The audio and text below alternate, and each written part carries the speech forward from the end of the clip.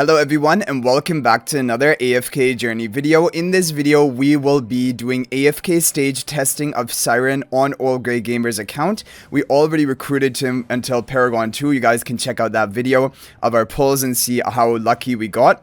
Now here is going to be the team formation I want to try the most.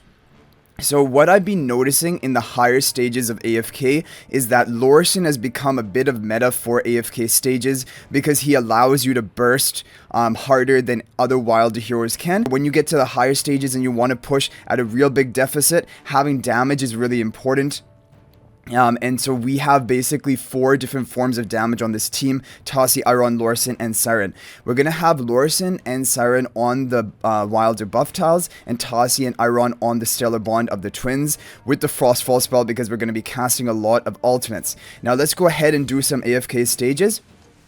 And I want to see what is going to be the damage output like. So I have done one run before doing this of the previous stage with a Bonnie oriented team just to get an idea of how much damage Bonnie was doing. Because in this exact team lineup we have here, for example with Lorson, Bonnie can also work rather than Cyran, and Bonnie does deal a lot of damage. However, Cyran, he has more crowd control, and I think he will enable you to put together team comps which can run and afford to run more damage dealers like we have done in place of Almas. Because he can like patch up the crowd control along with Iron, that you won't really need to have more like crowd control dedicated heroes. So 44 seconds left. That was a really easy clear. I want to see the damage. Whoa. So it was actually Cyran dealing. No, he wasn't dealing the most damage. I don't know why his picture showed up on the screen, but Lorson is dealing the most damage. Cyran did not do a bad amount. And then Iron and Tasi both did fairly well as well. But Cyran kind of tied the damage of Tasi as well as offering the crowd control. Lorson did a lot of damage. Okay, we're going to move on to the next stage and keep trying this team until it fails. Okay, enemy having Dunlingr. That is really... I have not seen Dunlingr in AFK stage. So Iron is going to be badly affected by that. But I wonder if we can just wait it out and then begin cycling our ultimates. Iron is going to cast his ultimate, Twins casting ultimate, and there we have Lorson ultimate as well. The Lorson damage output is higher pretty much than most Wilder heroes I've seen. Some comps also use Prissa as a damage dealer for the high level of AFK stages. And that is the only other thing to consider. Maybe like in this team comp, Cyran is not really needed. You could be running Prissa rather than Cyran in the same slot, and you would still have just as effective clears. But definitely Cyran is working in this comp.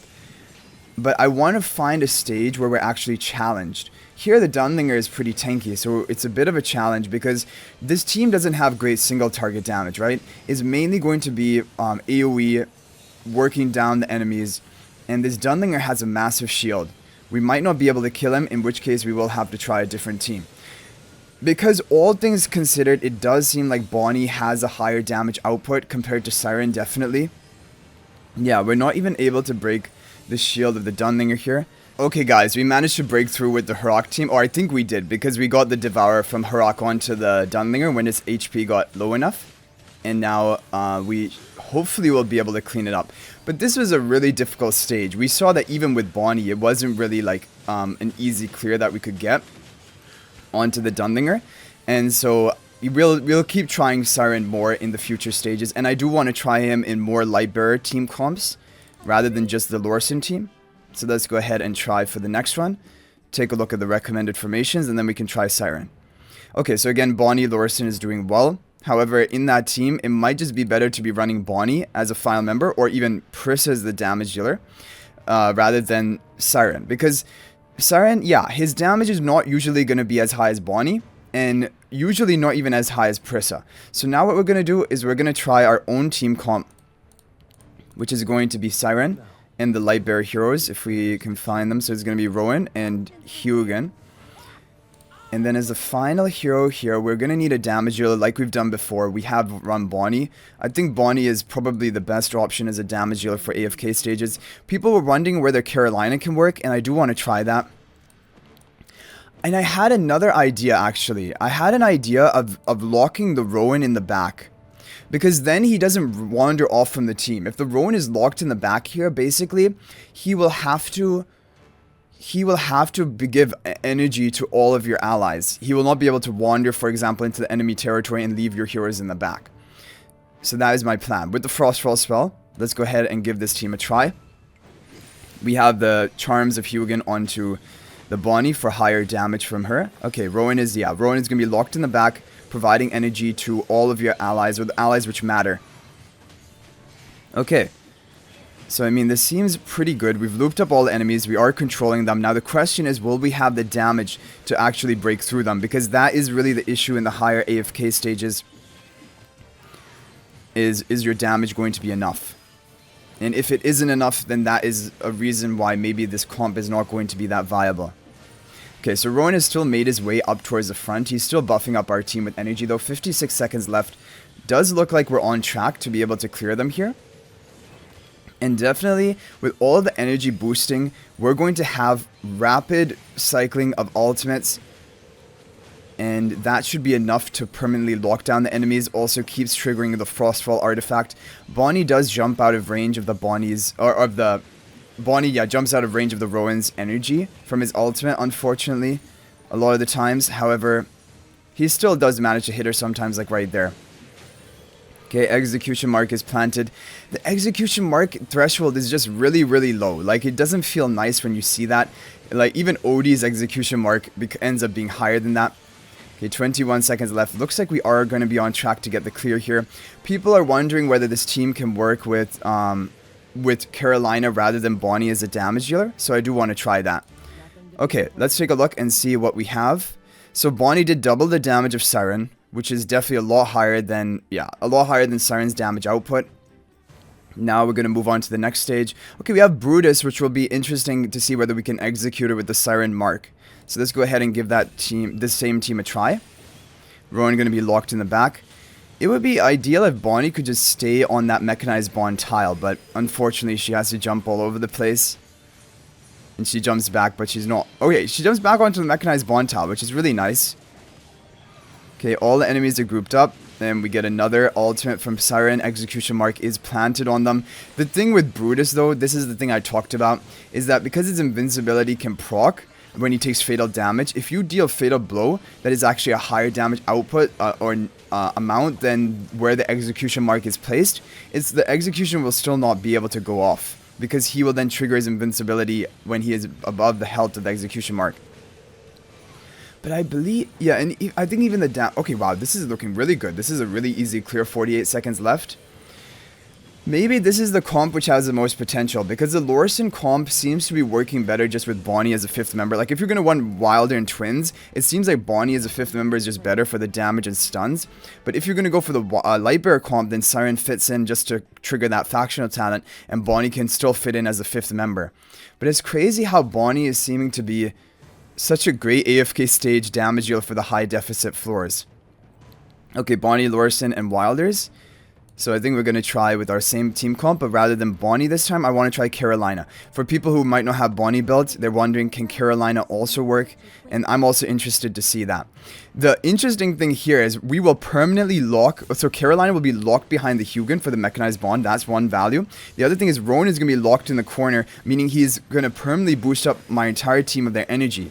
So this team setup, like, oh wait, Rowan is going to make it out? How does Rowan walk through the twins? Anyway, this team setup seems really good, because Carolina is going to stay in place beyond the mechanized bond buff, and that is going to buff up her damage. Although she is going to walk away here, but yeah, it can't really be avoided, I guess, because Cyran does group up all of the enemies and kind of draws them away from the center. But I want to see the Carolina's damage. Can it compete with Bonnie or not? Definitely this team will have enough like sustain and protection because of the potions of Rowan and then the shield cycling of Hugin. That would be enough to protect your team, or it should be, generally speaking. Okay, the enemies are at really full health. Looking like we're not going to be on track to clear it here because they did get some healing. It might be a timing issue, or it might just be that we need more damage from Bonnie, for example. But either way, I want to see Carolina's damage and see whether she could be a reasonable option in this team comp. And we can go back to trying the Wilder team, maybe with Cyran. Okay, well, we're actually going to get some kills here. If they don't heal up again, we might be able to do it, just barely. Frostfall does seem the best, because you cycle ultimate so rapidly, especially with Rowan, you're going to trigger that effect the most. Yeah, I think we're actually going to get the kill, but this is really close. And this will come down to the level of investment, kind of.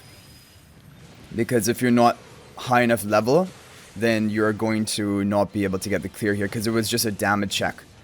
5 seconds left. Let's take a look at the damage chart. How much did Carolina deal? Okay, Carolina dealt a lot of damage. I think in this match, because it went on for so long, Bonnie would have also done like a similar amount of damage. But this is really showing you that you need a dedicated damage dealer if you're going to run this Twins plus Lightbearer comp. Because Cyran himself, even at plus 20 exclusive equipment, even Paragon 2, his damage is just not there. Okay, let's go back to the Wilder comp. And let's replace Bonnie for Cyran and try that comp again. Right? Yep, let's try it. Let's see what happens here. I like the idea behind this comp as well. But honestly speaking, guys, you're kind of seeing that it doesn't seem like Cyran is needed for AFK stages. It seems like Bonnie can do his role, for the most part, just as well or better. And I know Cyran would be needed to enable the Lightbearer comp, but I'm not very convinced at how strong the Lightbearer comp actually is, and if it is better than the Wilder comp, for example. It might be more obtainable than the Wilder comp, because like Rowan and Hugin are probably easier to get than, like, for example, Lorison, Tassi, Iron. However, eventually everyone needs to build Iron, and that is the first comp everyone shoots for. So it's really just Tassi and Lorison, and both Lorison is not a priority, but Tassi is. And even in this comp, you don't probably have to use Lorison. I bet you could use Arden instead of Lorison, but then maybe your damage output wouldn't be there. It might not be high enough.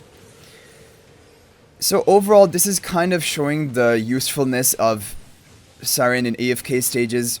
I think what we're going to have to wait and see is for more testing to be done and to check the record formations in the future. There may be some crazy comp for AFK stages which I'm missing involving Cyran, but I don't think there would be, because the thing with Cyran is the value is only his ultimate for crowd control. And we have a lot of heroes who have ultimate based crowd control, and if his damage is just not really there, it doesn't seem like he's the greatest option. Like here, even Iron is out damaging him. It is from the charm effect of the season, which is really powerful.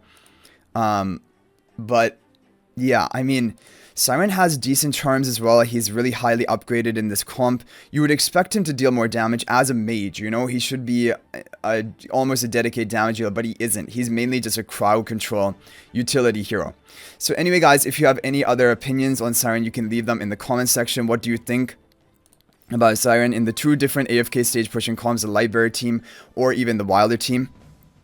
Or do you have any other ideas of how he can be useful?